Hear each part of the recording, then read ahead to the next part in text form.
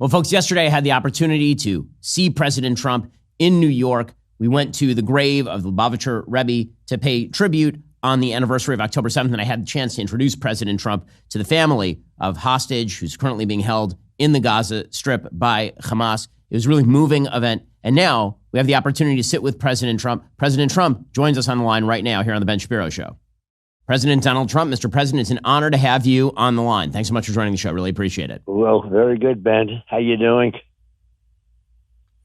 Thank God, doing well. I want to start by asking, Mr. President, what you're hearing on the ground from North Carolina. You've really been criticizing the Biden-Harris administration for their response to the fallout from Hurricane Helene. You've obviously been on the ground in places like Georgia during this. What are you hearing on the ground in North Carolina? Well, I was in North Carolina, and I got a pretty good dose because they asked me if I could help them with Elon Musk, who's a friend of mine and endorsed me. And I said, yeah, I think I can. What do you need? And they said, we need the Starlink, which is a big deal because they had no communication whatsoever. They said that there was just no FEMA. You virtually don't see anybody from FEMA. You're seeing a lot of private people going around and helping, but they can't help like FEMA could if they did it right. And they're very upset with what's happening with the federal government, as you probably have also heard. It's pretty sad, actually. You know, Mr. President, Kamala Harris has been now putting pressure on Ron DeSantis for some reason. She seems to want to both suggest that she's in charge of hurricane response and also not in charge of hurricane response. So Hurricane Milton is obviously bearing down on Florida, your home state, and it's slated to be catastrophic. But Kamala has been busy ripping Ron DeSantis, the governor of Florida. She said yesterday that he was supposedly ignoring her phone calls. He's saying he didn't. She doesn't head up FEMA anyway. Why do you think she's playing politics with this hurricane? No, I think Ron's doing a good job. I see him all over television. He's all over the place. I left Florida last night, and it was starting to get nasty already. This is going to be a big one.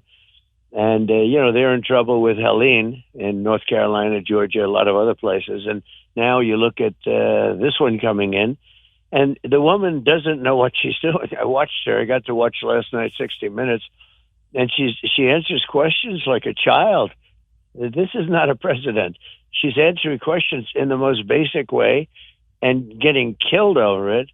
And every time she does an interview, she sounds like a child. She sounds like a person with a very low IQ. You know, Mr. President, you were the person in charge. When you're the person in charge, you take the responsibility. She has been steadfastly avoiding all responsibility throughout all of this and basically throwing it off to President Biden, who is not there, right? He's been missing in action for months. It's the reason they pulled him out of the race, because you were destroying him in the race. They pulled him out because he wasn't mentally competent. He's still not mentally competent, but Kamala Harris has not invoked the 25th Amendment. Does she have a responsibility to invoke the 25th Amendment and oust him from office and actually take responsibility for the administration at this point? Actually, now that you're mentioning it, I think they should do a double 25th Amendment. Just get them both out. Who's third online? Because it's just terrible. This is the Speaker, Mike Johnson. Administration, right? No, this has got to be the worst administration ever. They both don't know what the hell they're doing. And by the way, she is really blaming it on him. You know, I have some friends, obviously, over there. You're in the White House, and you have a lot of friends on both sides. But I have friends. He is so angry at her, and she's trying to distance herself. She doesn't want anything to do with him. And, it was a coup to start off with, okay? So she's not exactly thrilled with that. But I actually think he'd be doing as well as her. Let's see what happens. We have to see how it rounds out. But she had her honeymoon period. Now she's supposed to be doing things that, you're supposed to be doing. And she's just doing a terrible job. And she's doing a terrible job in the storms, these hurricanes that are coming in. And they are big ones. And just totally missing in action and always doing the wrong interview at the wrong time. You got to speak like Mr. President, you mentioned Shapiro.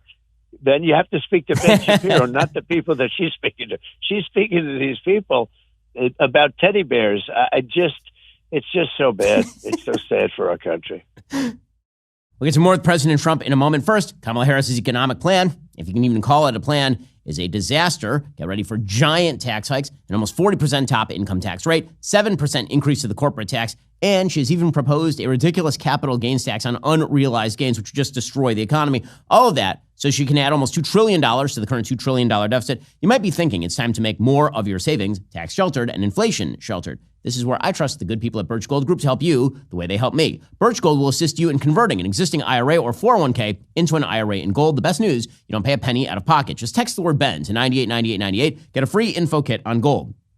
There is no obligation, just information on fortifying your savings before the crazy really hits. As the exclusive gold partner of the Daily Wire for the past 8 years, they've got an A+ rating with the Better Business Bureau and thousands of happy customers. You can trust Birch Gold as well. Text BEN to the number 989898 for your free info kit today. That's BEN to the number 989898. Go check them out right now. Text BEN to 989898 to get started with my friends at Birch Gold. Mr. President, this is slated to be the closest presidential race in modern American history. Every single swing state, about 7 swing states right now, all polling within margin of error. Obviously, it's all going to come down to turnout at this point. You're a turnout machine. You get your base out. How confident are you in your campaign's get out the vote efforts? Because we've been hearing a lot of information on the ground, some sort of good, some not as good, about the ability to get votes out. Because Democrats are professionals at ballot harvesting and doing everything else that they can to get those ballots in, however they have to do it. Well, they're the greatest cheaters, and they do cheat. And we got hit with now 2 hurricanes, and we were leading Florida by a lot, and I suspect that'll stay that way. We have a big lead in Florida, and in North Carolina we were leading solidly. I've won it twice, and it looked like we were going to win it reasonably easily today. It's a little bit of a purplish state, I think, because you have a governor, you have a senator, you have different things that make it purple. But I had no problem with it. I've always done well.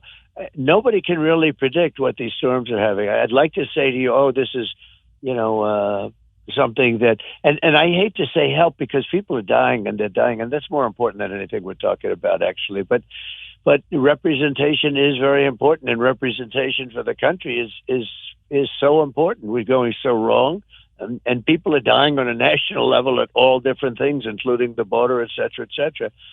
But the storms, I can say we have a great team. We have great people. They don't cheat, and the other side does. When they get ready, I was mentioning to a group yesterday, when they're getting ready for a campaign, they start working on cheating. Remember, they spied on my campaign long before I was even assured to be in. I mean, and it's all documented and perfectly documented, but they spied on my campaign. It was one of the first things. It's the first time I heard about, their ways. So we should win. And the other thing is, for whatever reason, I don't know, good, bad, or indifferent, poll numbers haven't been very accurate in me, and they tend to be low, like with Hillary. I was given a 3% chance and then won quite easily. When you look at other poll numbers, I've tended to poll very low, and I'm leading in every poll. I'm leading in every poll, and I'm leading all of the swing states. And there are those that say, how can anybody take this? The incompetence of what they're doing with the hurricanes, and we have another one coming. And I think Ron's going to do a very good job and maybe save them, but they're not going to do anything. They're just incompetent. She is grossly incompetent. Biden was incompetent. She is equally incompetent, and in a certain way, she's more incompetent. But so I think that when you see the numbers, you may very well, Ben, see much higher numbers. With a lot of people say it could be because they go out and they see signs. They see Trump signs, but every single house, all over the place. And they're saying, it just doesn't feel like it's that close an election. Now, I don't know, and you always have to assume you're losing by 1 point, because that's probably the best way to run. Just run right till the end. I've worked about 28 days in a row. I have about 29 days left, whatever it may be, 29, and I'm not taking any days off. I just feel I would feel guilty if I took a day off. Okay, I would feel you would also. I know your work habits are right up there, and you would too. But I do tend to poll much differently than the end result. If you remember the first one, where I was actually polled 17 points down in Wisconsin, and I won it. You remember that? That was ABC Washington. I do remember that. Two real sleazebag organizations. And they had me down 2 days before the election, 17 points. And I had just left. I had 35,000 people at a rally going crazy in Wisconsin. And then I won. And I said to a pollster, how come I said to John McLaughlin, actually, Ben, how come they could do that? Why don't they make it 3 or 4 points? At least they save credibility. And he said, no, 3 or 4 points, people vote. When you're 17 points down, people say, you know what, I like Trump a lot, but we're not going to vote. I said, it's that way. And I never forgot it. I was 17 points down, and I ended up winning Wisconsin 2 days later. And a lot of what you see is false. It's really terrible. The whole system is just a terrible system, actually. So, Mr. President, yesterday I had the chance, it was really an honor to introduce you to the family of an American citizen currently being held hostage by Hamas in the Gaza Strip. That citizen's name is Idan Alexander. I wanted to thank you for that. The family was very grateful to you, obviously, for taking the time to meet with them. And, it was really a meaningful experience. Wonder if you wanted to say something about the situation for that family and the other families like them. I thought from a religious standpoint, it was so beautiful. I had not been that aware. As you know, I'm not Jewish, but I grew up in a Jewish neighborhood, to put it mildly. With my father being a Brooklyn builder, I knew lots of Jewish people, almost exclusively, if you want to know the truth. But I thought it was a beautiful, he was explained the whole thing and how it worked. And it was very beautiful, ceremonial. And I got to meet the family, and they were great. The young brother is very close to his brother, who's hopefully somewhere right now. I mean, they really don't know. It must be almost harder when they just don't know. They're not sure whether or not he's alive or not alive. They think he is. But, being alive over there now is rough stuff. And before it was rough, but now it's probably even rougher. And whatever I can do, and whatever I can do, I'll do for them. And let's see what happens. And maybe I'll be able to help them. And hopefully it's resolved long before that. But I can see the family is just going through hell. It is very, very sad to see. But they were getting great backup from some very good people over there that you and I got to meet. More with President Trump in a moment. First, October 7th, yesterday marked the one-year anniversary of the worst attack on Jews since the Holocaust. 1,200 Israelis were murdered. Over 250 were taken hostage. The war in Israel continues to rage on today. Earlier this month, of course, Iran launched a massive barrage of nearly 200 ballistic missiles at the Holy Land. This isn't just another conflict in the Middle East. Israel and its people are facing attacks from enemies on all sides who want to wipe it out. But there is hope. The International Fellowship of Christians and Jews is on the ground providing food, shelter, and safety to those in need during this crisis. Since the war started, thousands of reservists, everyday Israeli citizens, have left their families to serve their country. Soldiers have been injured. Their families need our support. Your gift of $45 today helps the fellowship provide food and other necessities to these families to help them survive. Here's what I need you to do right now. Go to benforthefellowship.org. That's benforthefellowship.org to make a gift today. In the face of these many threats, the fellowship's ongoing work providing security to Israelis has never been more important. Remember, that's benforthefellowship.org. God bless and thank you. benforthefellowship.org.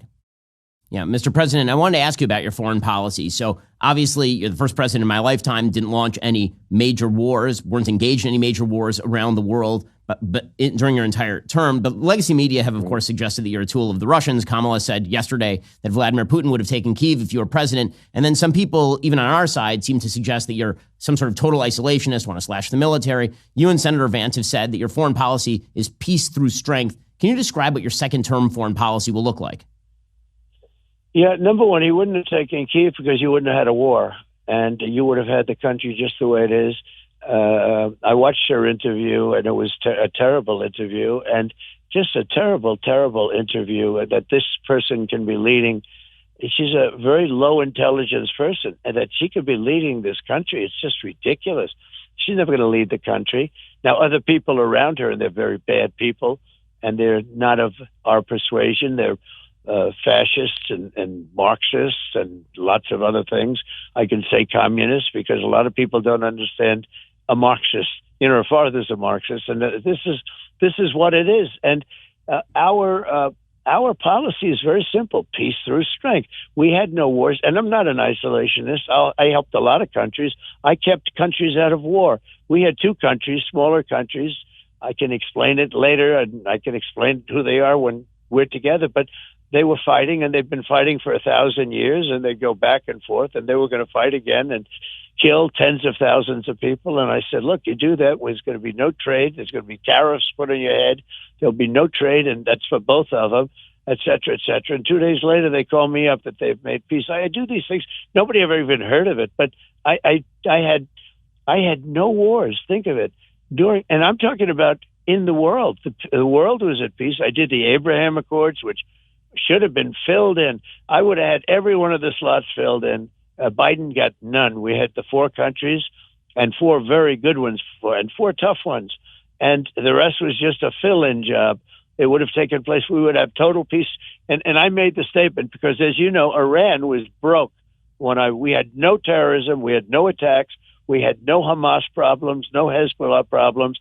We had nothing because Iran didn't have the money to give to them because I put sanctions on and I dealt directly. China, I said, if you want to buy oil from Iran, that's fine. You can go do it. But if you do that, you're not doing any business with the U.S. You can take your stuff out of here, and we're going to put sanctions on anything that gets through. We're going to put tariffs and everything else, every form of tax. And there are other taxes on anything you do. They took a total pass. They were by far the biggest customer, plus other countries. Iran had no money. Iran was ready to make a deal. When that horrible, disgusting election took place, Biden should have made a deal. They could have made a deal. Iran was in a position. Instead, he gave them billions and billions of dollars. He took off the sanctions that I had. He took off everything. China started buying more oil than they ever bought before. And today, Iran has $300 billion. What he even did is they had a number of kidnappings, because that's what they were. He paid $6 billion. $6 billion to him. He paid $11 billion for electricity for Iraq that went to Iran. They have so much money now. The man is a fool. He's a stupid fool. We were in a position we could have had. And you know what I was asking for, Ben? One very simple thing. I don't want them to have a nuclear weapon. Very simple. Everything else, I want them to have a great life. I want them to be rich. But I just didn't want them to have a nuclear weapon. I would have been able to do that very easily. But when the Kamala and these people say about Kiev, and people call it Kiev and they call it Kiev. I've always called it Kiev. And it depends on what part of the world you come from is what I finally figured out. But when she mentions that, she's wrong for a different reason. Russia and Putin never would have attacked Ukraine ever when I was there. And I talked about it, and it was the apple of his eye. I got along with him very well, which is a good thing, not a bad thing. A lot of people think that's a bad thing. No, that's a great thing. But he never would have attacked under any circumstances. Number one, the oil prices were much lower when I was president, so he didn't have the money to attack. At $40 a barrel, he couldn't attack. At $80, $90, and $100 a barrel, he made a lot of money. So, but it's not even that reason. That was a real reason, but it's not that reason. The reason he wouldn't have attacked was because of me. There is zero chance that he would have attacked. Ukraine today had the right thing happened in the election, and it did not. If the right thing happened, Ukraine today would be fully intact, the cities wouldn't be bombed, and you would have had 2 million or 3 million more people living right now a very nice life.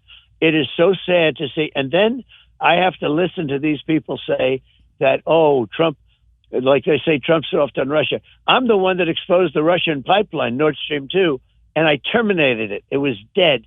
The biggest deal they've ever done, I terminated it. Europe to Germany and all over Europe, the biggest deal they've ever done, I terminated it. And by that, I was rough with the nations. I said, anybody buys oil, you're not going to have U.S. protection. Anybody buys oil, you get no U.S. They terminated the deal. It was dead. It was done. And then this very dumb person gets into office, extraordinarily dumb person, with her. And what's the first thing he did? Kills the Keystone Pipeline and approves the Russian pipeline. Mr. President, it's no secret the legacy media hides stories that hurt Kamala Harris in 2020. Obviously, the end of the election, they hid the Hunter Biden laptop story. In the past week alone, we learned from multiple witness accounts that Doug Emhoff, Kamala Harris's husband, allegedly assaulted his ex-girlfriend. If that story had been about anyone even tangentially connected to your campaign, it would have been front page news every single day. Instead, it's been buried. How do you fight a legacy media that is once again rigging the informational environment of the election? Well, for some reason, I got to watch MSDNC, which I never watched because I don't know what happened. He was being interviewed on MSDNC, which is one of the worst, really a terrible, terrible group of people. And it was like a love fest. Never asked him about that. Never asked him about the other one. She had numerous problems. Never asked him about anything. And was saying he's like a symbol for all men all over the world. It's the craziest interview I've ever seen. If that were me, it would be the greatest story in the last 5 years, which they make up stories about me. More with President Trump in a moment. First, folks, let's talk about the future. I'm talking here about AI, artificial intelligence. Recently, I've been using AI. You can use things like Grok or ChatGPT to make images, to search for things you wouldn't be able to search for normally. Take a picture of a household object and you ask how the instructions work. It's really, really cool. AI is only going to get more sophisticated from here. It might be the most important new computer technology literally ever. It's going to affect every industry. Literally billions of dollars are being invested right now. So buckle up. Now, the problem is that AI needs a lot of speed and processing power. So how can your business compete without costs spiraling out of control?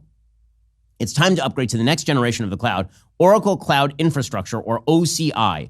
OCI is a single platform for your infrastructure database, application development, and AI needs. OCI has 4 to 8 times the bandwidth of other clouds, offers one consistent price instead of variable regional pricing, and of course, nobody does data better than Oracle. So now you can train your AI models at twice the speed and less than half the cost of other clouds. If you're not using AI for your business, you are seriously missing out. If you want to do more and spend less, like Uber, 8x8, and Databricks Mosaic, take a free test drive of OCI at oracle.com/Shapiro. That's oracle.com/Shapiro, oracle.com/Shapiro. Don't let the left outpace you in the AI race. Get on OCI today. The New York Times is one of the most dishonest of all. I watch this New York Times, and it's a classic.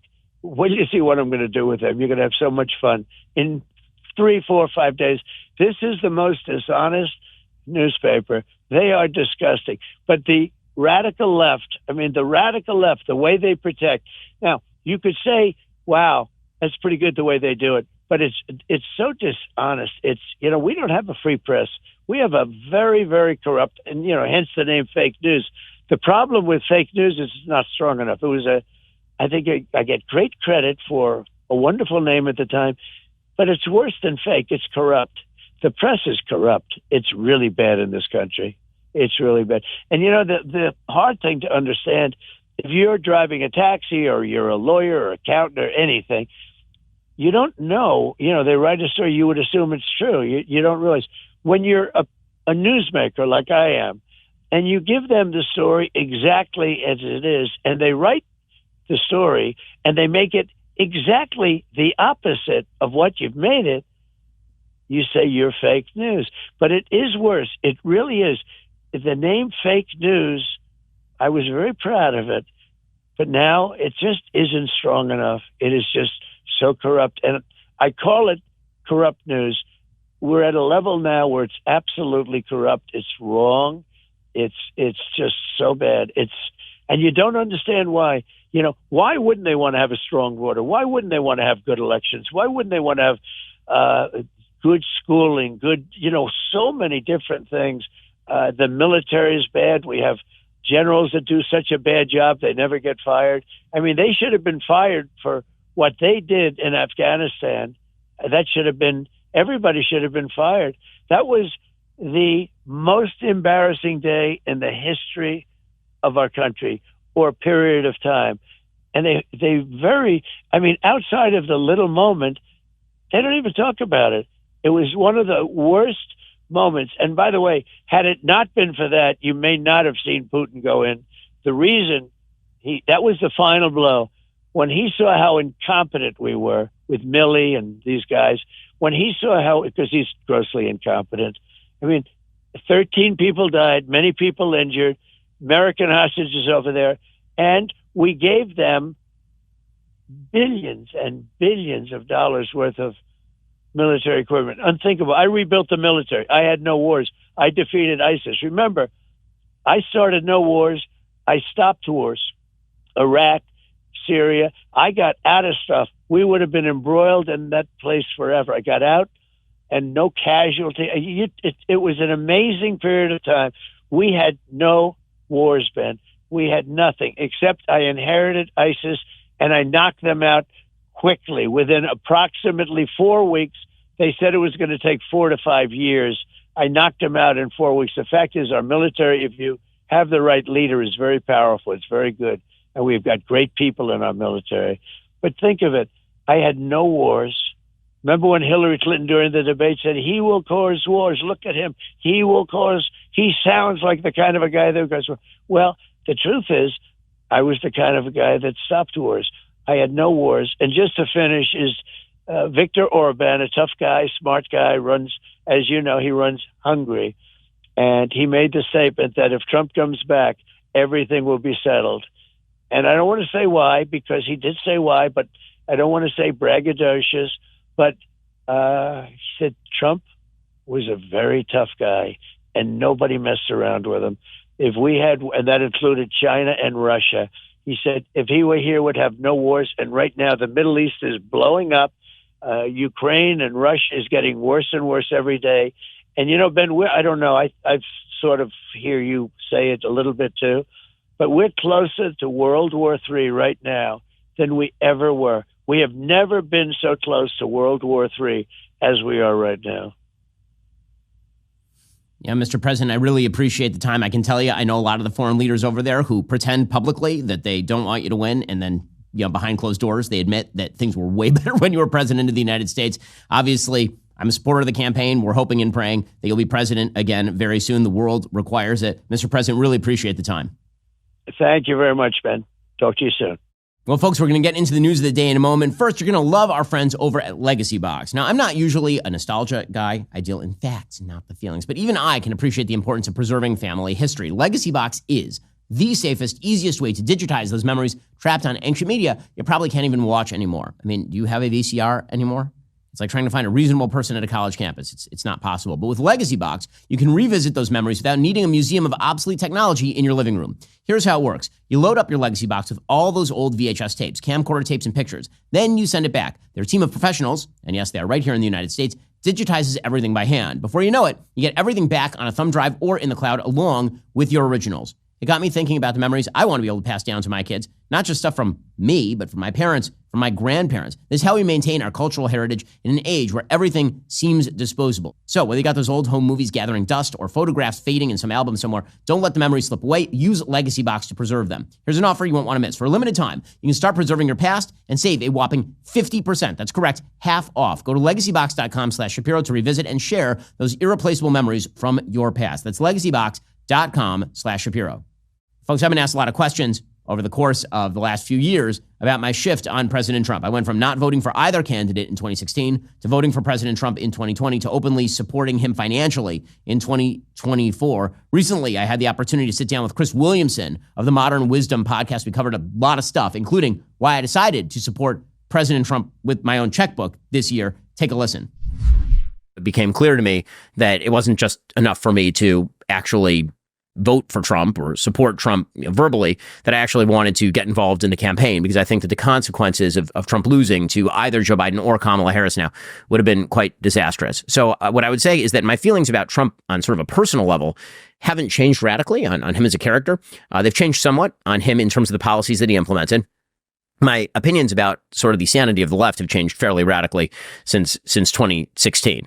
I think that the left has that sort of meme that Elon likes to tweet out, where it shows how he was sort of in the center and then the entire center just moved to the left, and so he ended up on the right. I think that that's fairly realistic about how far the left has moved. Now go give a listen to the entire podcast. It really is, I think, an excellent interview. Again, go check him out. Chris Williamson, the Modern Wisdom podcast over at Apple Podcasts. Well, folks, in a little while, I'm going to get back to what it was like to be with President Trump on October 7th, obviously an incredibly important date, and introduce him to the family of a hostage currently being held in Gaza. But first, I want to get to the news of the day. So obviously, we now have a major hurricane that is barreling toward Florida. Hurricane Milton has achieved Category 4 status. It's sort of vacillating between Category 4 and Category 5. Kamala Harris is somehow turning this into a story about her. It's really incredible. See, here's the thing about Kamala Harris. She is not a competent candidate. She's not. She's not a competent vice president. She wasn't a competent senator. She was not a competent AG. And she is certainly not a competent candidate. So yesterday, she got in a fight with Governor Ron DeSantis for nothing, over nothing. So Governor DeSantis has been trying to handle successfully the fallout from Hurricane Helene, which went up through the Panhandle. And he is getting ready to deal with a massively destructive hurricane that is barreling down on the west coast of Florida that we're all watching really closely. And Kamala Harris is pissed off at him. Why is she mad? She's really mad. She's really mad because she thinks he ignored her phone calls. So first of all, they ain't dating. Okay? Let's be real about this. They have no relationship. She is not the person, according to her, who is in charge of FEMA. Remember, she is running as a candidate who's in charge of nothing, but somehow also deeply important to the American body politic. And her entire shtick is that she is separate from this administration and responsible for nothing the administration does. But she then shows up to do photo ops at like the FEMA Hurricane Center. So now she's going to pretend that she's really ticked at Ron DeSantis for having ignored her phone call. This is political malpractice, by the way. What she should be saying is, listen, I tried to call Governor DeSantis. He's probably busy right now. And, we're here for him, whatever he needs. That would be the smart political move. But because she is vindictive and quite unpleasant, here she was yesterday, ripping into Governor DeSantis, who's a little busy right now. Okay, this hurricane is supposed to directly hit Tampa. Millions of people are in the storm path. He's a little busy to spend time helping her prop up her ailing campaign. But she did take time. She answers no questions. When she's on the campaign trail, she answers no serious questions except on 60 Minutes, which, as we'll see, is a disaster for her. She kind of made her way over to the press just to rip into DeSantis yesterday, which is really quite gross. Governor DeSantis, NBC is reporting Governor DeSantis is ignoring your calls on hurricanes, resources, and help. How does that hurt the situation here? Moments of crisis, if nothing else, should really be the moment that anyone who calls themselves a leader says they're going to put politics aside and put the people first. People are in desperate need of support right now, and playing political games with this moment in these crisis situations, these are the height of emergency situations, is just utterly irresponsible, and it is selfish, and it is about political gamesmanship instead of doing the job that you took an oath to do, which is to put the people first. This is a patent absurdity. It's a patent. I live in Florida, okay? I have friends who are on the west coast of Florida. In fact, I have extended family members who are on the west coast of Florida. And she is so unbelievably full of it. It is enraging. It is enraging. He's selfish and irresponsible because he didn't pick up her phone call, supposedly. This deeply important person who is related in no way to policymaking, who doesn't even have the stones to remove the person who she removed as the nominee. Remember, she removed Joe Biden as the nominee of the Democratic Party because he was going to lose to President Trump, because he was mentally incompetent. And then she leaves him in the White House to be a befuddled old fool so that she doesn't have to take responsibility for anything. And then she's mad that people supposedly won't pick up her phone calls. As it turns out, that's not even the story. As it turns out, her people are trying to get a hold of maybe Ron DeSantis' aides or something. And again, he's busy. He's the governor of a state that's about to get walloped with the second major hurricane inside of 3 weeks. And she says he's selfish and irresponsible. What does she do for a living? She does nothing. She sits in a room at the White House and she plays solitaire all day until called upon to throw grandpa off the back of the train. That's her entire career trajectory. She's a do-nothing politician her entire life. And she's ripping into DeSantis, the single most competent governor in the country when it comes to dealing with disasters. Maybe she should talk to, North Carolina Governor Roy Cooper, who's been blowing it over in North Carolina. But he's a Democrat, so we're not going to hear about that. So she's ripping into DeSantis is selfish. It's hard to imagine anyone more selfish than a vice president who is running for president of the United States on the decaying corpse of her boss while ripping into a governor who's in the middle of hurricane preparedness. What a pathetic specimen she is. Here's Ron DeSantis correctly clocking the hell out of her on Fox News. My focus has not been on dealing with Kamala Harris. I saw the news report. I didn't know she tried to contact me. But I'd also say it's not about you, Kamala. Right. It's about the people of Florida. My focus is exactly where it should be. And I can tell you this. I've worked on these hurricanes under both President Trump and President Biden. Neither of them ever tried to politicize it. She has never called on any of the storms we've had since she's been vice president until apparently now. Why all of a sudden is she trying to parachute in and inject herself when she's never shown any interest in the past? We know it's because of politics. We know it's because of her campaign. I have zero time to entertain these political games. I mean, it is amazing. The entire media have decided that Donald Trump is very bad for criticizing the FEMA response and the Biden administration response to North Carolina. They've decided that he's terrible. It's awful. We've had wall-to-wall news coverage of that. Meanwhile, the other candidate, Kamala Harris, who is currently the vice president of the United States, is ripping into the sitting governor of a state that is doing hurricane preparedness because what? He's a little busy? She has no responsibilities. The vice presidency is a warm bucket of spit. The notion that he has some sort of deep abiding responsibility to the people of Florida to give a call back to this pathetic new paint job on a broken down Ford Pinto of an administration is just ridiculous on its face. Meanwhile, this administration won't even answer for its own failures with regard to North Carolina. By the way, they delayed for days in calling up new members of the military to help with the search and rescue in North Carolina, as my friend Eric Erickson has pointed out. In fact, here was Peter Doocy of Fox News going at it with Karine Jean-Pierre yesterday over the failures of Joe Biden's hurricane response with regard to Hurricane Helene. The president's letter is not misinformation. Would you agree? No, the way you're asking me the question is misinformation. There is money that we are allocating to the impacted areas, and there's money there to help people who truly need it. There are survivors who need the funding, and it's there. That you don't like misinformation. I said that. I actually said we have the money available to help survivors of Hurricane Helene and also Hurricane Milton. Now there's going to be a shortfall, right? Because we don't know how bad Hurricane Milton is going to be, and so we're going to need additional funding. That's exactly what I just asked about. And you said it was misinformation. Yes. What you're asking me is why Congress needs to come back and do their job. That's what you're asking me. Congress needs to come back and do their job and provide extra assistance, extra funding to disaster relief fund. That's what Congress needs to do, and we're going to continue to urge that. You may not want that, but that's okay. That's what this president wants, and that's what the vice president wants. Thanks, everybody. You understand, she has to run away wearing her Al Capone suit or something. I don't even know what she's wearing there, Karine Jean-Pierre. I rarely comment on the fashion choices of Karine Jean-Pierre, which are pretty wild. That's a pretty wild one. I know where she got that jacket. She got it from like secondhand from a thrift shop or something. She's dressed up as a Chicago gangster from 1932. In any case, she has to run away when asked a tough question about their handling of Hurricane Helene. But the big issue is that Kamala Harris feels insulted. She's a little insulted because, she's not top priority for Governor DeSantis. Absolutely pathetic. It should be top priority for her, for this administration, would be fixing FEMA, which apparently is a full-scale disaster area on its own. We'll get some more on that in just a second. Over the past 2 years, Daily Wire Plus has collaborated with Dr. Jordan B. Peterson on a collection of shows to help you win at life. The Mastering Life collection with Jordan B. Peterson is now available. Mastering Life topics range from marriage to masculinity and managing mental health with Jordan Peterson's newest series, Depression and Anxiety. Plus, coming this fall, Jordan has 2 new Mastering Life series, one on negotiation and one on success. Become a Daily Wire Plus member for unlimited access to Jordan's incredible Mastering Life collection today at dailywire.com/subscribe. Use code Jordan at checkout for 35% off your brand new annual membership. That's dailywire.com/subscribe. Well, Kamala Harris is very upset with Ron DeSantis about somehow not calling her back as though he ghosted her or something.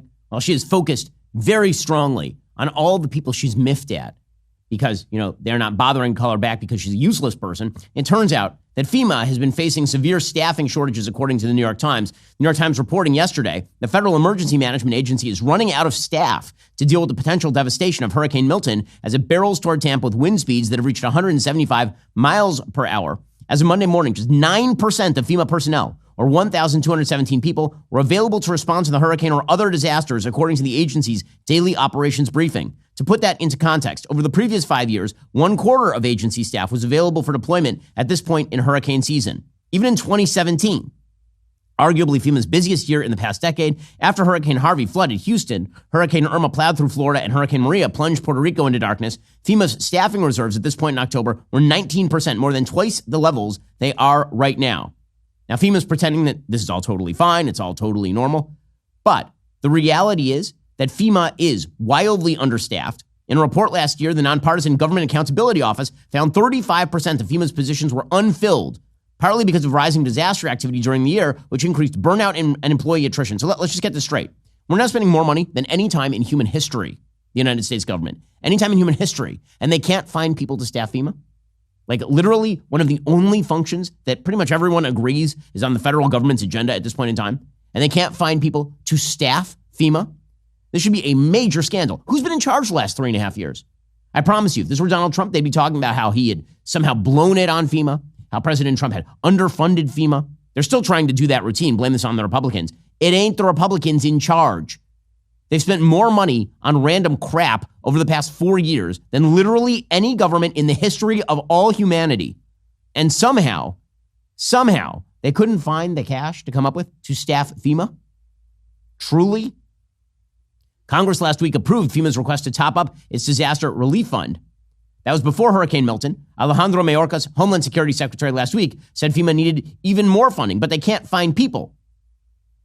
Apparently, some of FEMA's most highly trained personnel, which are grouped into what the agency calls cadres, are at particularly low levels. As of Monday morning, of the 2,579 people who work in the agency's individual assistance cadre, 4 were available to deploy to Florida. Of the 50 people who are assigned to act as federal coordinating officers, which are the directors of disaster operations, 1 was available as of Monday. You want to talk about mismanagement at the highest level? This is what mismanagement looks like. Wait, who's the president and the vice president again? Maybe she should go to FEMA and talk to them. Ron DeSantis doesn't work for Kamala Harris, but theoretically, you know who's supposed to. Maybe all the people she was using as a backdrop for her FEMA photo op a week ago. Or maybe it turns out that FEMA has been pursuing other priorities. Newly revealed audio and video from 2023, according to the New York Post, shows a webinar in which federal health and disaster personnel start talking about the urgent need to move away from policies that benefit the largest number of people and instead focus on disaster equity, meaning which minorities can we protect using federal resources, which, by the way, is racist and a violation of the Civil Rights Act. The shift that we're seeing right now is a shift in emergency management from utilitarian principles where everything is designed for the greatest good for the greatest amount of people to disaster equity. But we have to do more, right? And so this topic is intersecting, I think, with a number of other topics where we have to look at policies and understand to what extent they have disadvantaged communities that had less assets, communities that had pre-existing vulnerabilities in accessing disaster-related recovery supports. We also know that communities that are highly bonded within can survive in the immediate aftermath of a disaster, but if they're not linked outside of their highly bonded communities, they will have less ability to thrive and support and even influence how recovery looks in their communities. So we have to be looking at making sure that we have highly bonded communities, which would be, and one of them that I would identify would be LGBT communities, have to be highly linked across power structures before a disaster happens to help inform and guide how recovery looks. How about this? How about they fire all these schmucks and get in people who actually know how to, handle disasters? How about that? Shouldn't that be a scandal? Where's Kamala there? What exactly would you say that she does? Now, I understand the entire media apparatus is designed to turn Kamala Harris into something brand new. And there's a poll out from the New York Times today that shows Kamala Harris up nationally 49-46 and says that a plurality of voters see her as a more change candidate than Donald Trump. That's insane. She's the current vice president of the United States. The media have tried to do a wonderful job spinning her as something brand new. But she wants it both ways. Either she is a deeply responsible person who's very important in the government and Ron DeSantis has to call her, or she's completely irrelevant. Which is it? Which is it? Well, the reality is she's running a very bad campaign at this point. The more people see her, the more they are likely to hate her. And there is something that's going on with the Kamala Harris campaign. So she's doing really well right now, apparently, with college-educated white voters. College-educated white voters love Kamala Harris. And they love Kamala Harris because she's precisely the sort of word salad, jargony, synergistic candidate that college-educated people seem to like. She gives the appearance of intelligence without having any content at all. In this way, by the way, she's sort of the opposite of President Trump, who the media love to disparage as stupid, but who actually has actual meat for his policies that help Americans. She says things that you would find in a corporate DEI session, and then everybody nods along and pretends that what they're saying is wise. But she actually has nothing to say. It's exactly apparently what the college grads love. Here's Harry Enton on CNN describing. White college grads have been this group that have been moving further and further to the left. All right, this is the Democratic margin among white college grads. Look, Hillary Clinton won him by 5 points. Then Joe Biden won him by 9. Look at this margin that Kamala Harris is pulling up in the polls right now among white college grads. It's an 18-point margin, double the margin that Joe Biden had just 4 years ago. I went back through the record books. This would be the largest win for a Democratic presidential candidate among white college grads in recorded history. Okay, so why is that happening? Because Kamala Harris is a stupid person's idea of a smart person. There are a lot of college grads in this country. You know, when you think of a college grad, typically you're thinking of somebody from an Ivy League. Typically you're thinking of somebody who's really bright. It turns out there are a lot of college grads in this country overall.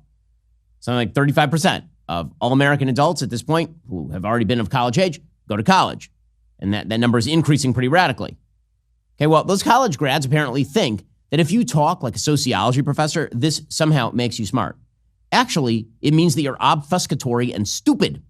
Kamala Harris is unfortunately obfuscatory. She obfuscates, and she is not wise. There is nothing going on. There is no policy. There is no meat on the bones. There is nothing. She's an empty shell. She's a coat of paint on a broken down jalopy, as I've now said 1,000 times. And she made that perfectly clear on 60 Minutes last night. Kamala Harris is an empty shell, but this election is a toss-up. So let's talk about something that's got the political establishment more nervous than a left-winger at a free speech rally. It's called Kalshi. It's the first and only legal prediction market in the United States. For a century, the elites have been hoarding this privilege like it's the last avocado toast in Brooklyn, but Kalshi blew the doors wide open. They've secured approval from the feds to offer what they call event contracts. Basically, you can take positions on whether future events will happen or not. This is about leveraging your knowledge to make money and hedge against risk. Plus, these markets are scary accurate at predicting outcomes. Way more reliable than the rigged polls the legacy media love to trot out. Here's the kicker. Kalshi isn't just for elections. You can trade on everything from economic indicators to climate change predictions. So whether you want to profit from your political acumen or just stick it to the establishment by participating in the most accurate election forecast out there, Kalshi is your answer. Here's the deal. Sign up today at kalshi.com/Shapiro. That's KALSHI.com/Shapiro. When you deposit $100, they'll give you an extra $20 to trade with. That's right. They're basically paying you to join the prediction revolution. Let me spell it out one more time. KALSHI.com/Shapiro. Again, deposit $100, receive $20 free to trade. It's that simple. Don't wait. Head over to kalshi.com/Shapiro today. Again, Kamala Harris, not a smart human being, but the press have been trying to portray her as a smart human being. When I say she's not a smart human being, I mean that. She's not particularly bright. She's not like the dumbest person you ever met, but she is the middle manager at a major corporation who basically is living out the dream by working in HR until they retire with some sort of pension. That is what Kamala Harris in a normal world would be. She's basically that, except with politics. She's been elevated to every position she ever holds, except for the Senate, through no real performance of her own. And the reality is, even when she ran for the Senate, she was running against another Democrat, Loretta Sanchez. She's certainly elevated to the vice presidency based on her own failures in her first presidential campaign. And any question, she was on 60 Minutes last night. And probably when she did 60 Minutes, she was figuring that she was going to get a friendly interviewer. After all, the legacy media have been carrying around a drool cup for her this entire election. Unfortunately for her, she drew Bill Whitaker. And Bill Whitaker, basically, he was honey badger. He did not give a bleep. So he started asking her, actual questions. And the problem for Kamala Harris is that actual questions are her kryptonite. Questions that actually, seek answers about her policies or about what she wants to do or about her record. It's like kryptonite to Superman. It's incredible how fast she falls apart. She is such a paper tiger of a candidate. So, for example, she was asked by Bill Whitaker about the fact that she has switched pretty much all of her positions. Here was her terrible answer. Let me tell you what your critics and the columnists say. Okay. They say that the reason so many voters don't know you is that you have changed your position on so many things. You were against fracking, now you're for it. You supported looser immigration policies, now you're tightening them up. You were for Medicare for all, now you're not. So many that people don't truly know what you believe or what you stand for. And I know you've heard that. In the last 4 years, I have been Vice President of the United States. And I have been traveling our country. And I have been listening to folks and seeking what is possible in terms of common ground. I believe in building consensus. We are a diverse people, geographically, regionally, in terms of where we are in our backgrounds. And what the American people do want is that we have leaders who can build consensus, where we can figure out compromise and understand it's not a bad thing, as long as you don't compromise your values, to find common sense solutions. And that has been my approach. I'm sorry. The number of platitudes in that answer, I think I lost count. Truly. Remember, the question is, people don't know you because you keep switching your positions. And her answer was, I will not explain any of that. I went on a bus one time. I went around America and I built consensus. In what way? In what way? Okay, well, the good news is Bill Whitaker didn't let up on her. So he asked her, for example, about her economic plans. And he pointed out that she has no way of effectuating her economic plans.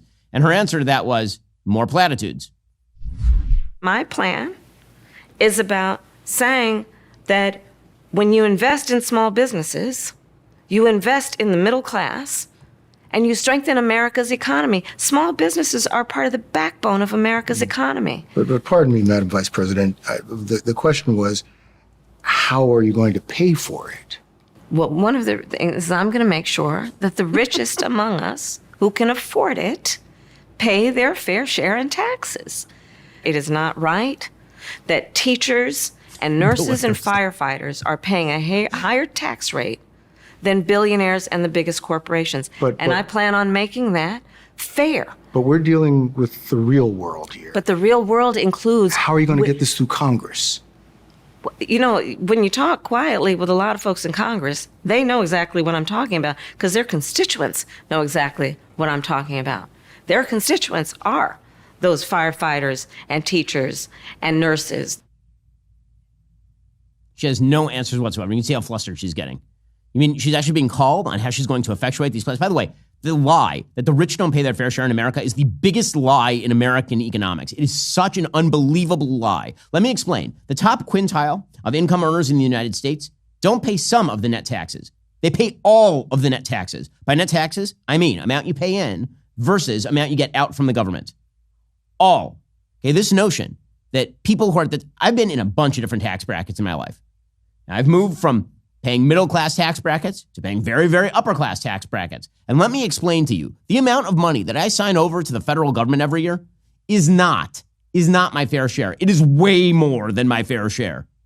The last year I was living in California between state and federal income tax, I was paying about 50% of everything I earned to the federal and state government. She is so unbelievably full of it on this. It is maddening. But she doesn't have any answers about anything.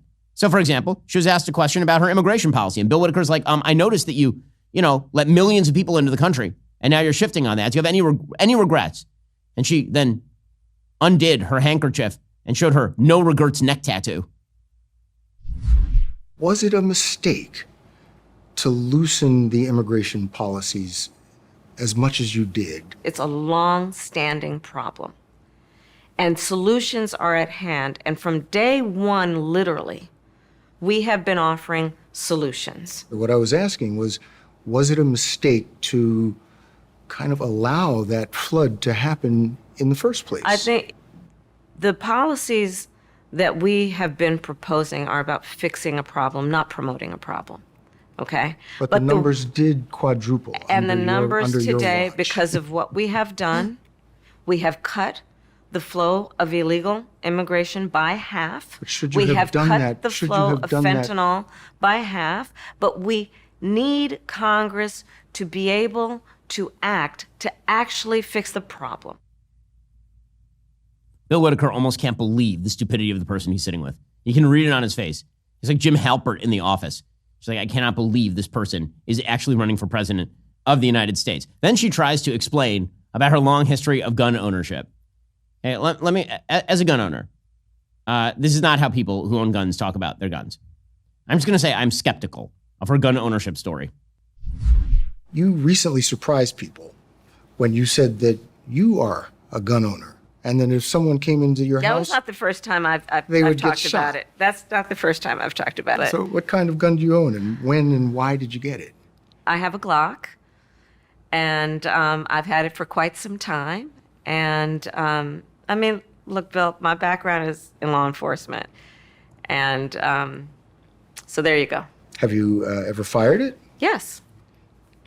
Of course I have. At a shooting range. Yes, of course I have. Okay, well, what kind of Glock? What kind of Glock? That's a brand. Usually you get the model, right? Like I have a Smith & Wesson M&P Shield. Like that's that. Yes, I do not believe you, madam. I have doubts.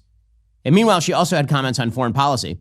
So the comments were not particularly illuminating because she never has anything of importance to say. Mostly she just says, we'll deal with it. We'll deal with it. Well, you've been vice president, I noticed, so you could have dealt with it before, but you're not. Kamala Harris was asked about the fact that the Netanyahu government in Israel has basically been ignoring the Biden White House. And the reason they've been ignoring the Biden White House is because every time they tell the Biden White House what exactly is going on, the Biden White House promptly leaks it to the press. It turns out that Joe Biden is not a pro-Israel president in any serious way. It turns out that he believes that Israel basically exists in order to be his personal plaything so he can sacrifice their interests to the Iranians at every available turn. Here was Kamala Harris's answer to this question. It seems that Prime Minister Netanyahu is not listening.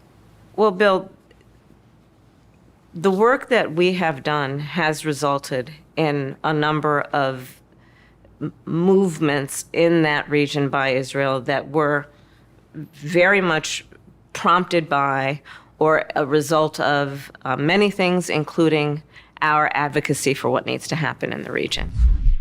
Yeah, well, that was totally unilluminating. Really appreciate that. So that was one of her big media appearances, 60 Minutes, where she completely botched it. She also went on a podcast called Call Her Daddy. Now, I will admit I've never listened to the Call Her Daddy podcast, mainly because I have no interest in listening to Alex Cooper talk about her latest techniques. But in any case, Kamala Harris apparently thought it was deeply important to go on the Call Her Daddy podcast, where she basically just spilled more platitudes. She clearly doesn't know what she's talking about. So at one point during this interview with Alex Cooper, one of the great intellects of our time, again, most famous for explaining how many people she has slept with and in what positions, Kamala Harris started jabbering about starting a small business. It is very clear from this clip she has no idea about the difference between a tax deduction and a check from the government, which are not the same thing at all. Another thing that I'm really focused on is small businesses and startups, and giving startups a $50,000 tax deduction, because right now it's $5,000 and you can't start up any small business with $5,000. Okay, that is not what a tax deduction does, madam. Okay, a tax deduction is where you get to deduct the expense against the tax that you would pay on that expenditure. That you don't get a $50,000 check from the government when you get a $50,000 tax deduction. That's not how it works. But she's never run a business because she's an ignoramus about economics. Well, I think my favorite part of the Call Her Daddy podcast is when Kamala suddenly realized what a woman is. It's always an amusing thing when Democrats violate their own precepts with regard to what a woman constitutes. So you're never allowed to mention that a woman is a biological human female until someone makes a joke about it and that person's leftist, in which case you can laugh about it. So here is Kamala cracking up and men apparently not knowing where a tampon goes. Now, can we be clear about this? It's pretty obvious where a tampon goes. Okay, but, which, by the way, is why they shouldn't be in boys' high school bathrooms, as her vice presidential candidate did as the Minnesota governor. There is no place for a boy to put a tampon, idiots. But Kamala Harris knows it. So now she sort of admits that she knows it. So she's going to have to explain that to her vice presidential candidate, who, again, has nothing between the ears. It's outrageous. I mean, daddy gang, to put it in our TikTok terms. I have seen girls on the street walk up to men and be like, do you know where a tampon goes? Do you know how many tampons we use? And there's Kamala Harris laughing because men don't know where a tampon goes. Define man. Define woman, please. These people. And this is the best they have to offer. Oh, yeah, she also has a vice presidential candidate. So Tim Walz also appeared on 60 Minutes, and it did not go amazingly well for him either. because, as we know, Tim Walz is an extraordinarily weird human being. So at one point, he was trying to make a case for Kamala Harris, and he said that a president should know how to laugh. What? That's your case? A president should know how to laugh? So get somebody from like a 1980s sitcom laugh track to be the president of the United States? If by know how to laugh, you mean cackle like a hyena, then I suppose that Kamala Harris fits the bill. Here's Tim Walz making a truly convincing case as to why the crazy Joker-like cackler ought to be president of the United States. We get along really well. She's amazing. She makes me laugh. And I think it's a good thing, by the way. I think a president should know how to laugh, not at someone, but laugh with things or whatever. So, and I like it. Walz was also asked about his history of being dishonest, and he said he has a problem being specific. Yeah, we noticed. So this is the ticket. These are the people that want to be leading the country, and somehow they're running dead even.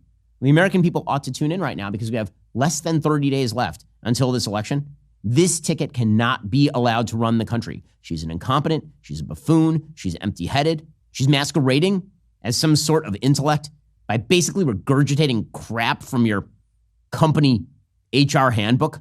And Tim Walz has as many brain cells as he does years of age. It's truly amazing that these folks are somehow considered like the top heap of American politics. And here's the thing, whatever you think about President Trump, I don't care what you think about President Trump in terms of character, in terms of intellect, you know what he did while he was president. And what he gave you was way the hell better than what these people have given you over the past 4 years. And by the way, over the past 12 of the last 16 years, because this would just be Obama administration part 4. So you know precisely what you're getting in this election. Anybody who pretends that they don't know, there's like a box of chocolates, you never know what you're going to get. You know precisely what you're going to get. Kamala Harris looks very much like Joe Biden, looks very much like Barack Obama. And Donald Trump, too, looks very much like Donald Trump 1. And we all know it. And if the American people keep that in mind, then Donald Trump will win going away. In just a second, I'm going to talk about my visit to New York with President Trump yesterday. If you're not a member, become a member. Use code Shapiro. Check out for 2 months free on all annual plans. Click that link in the description and join us.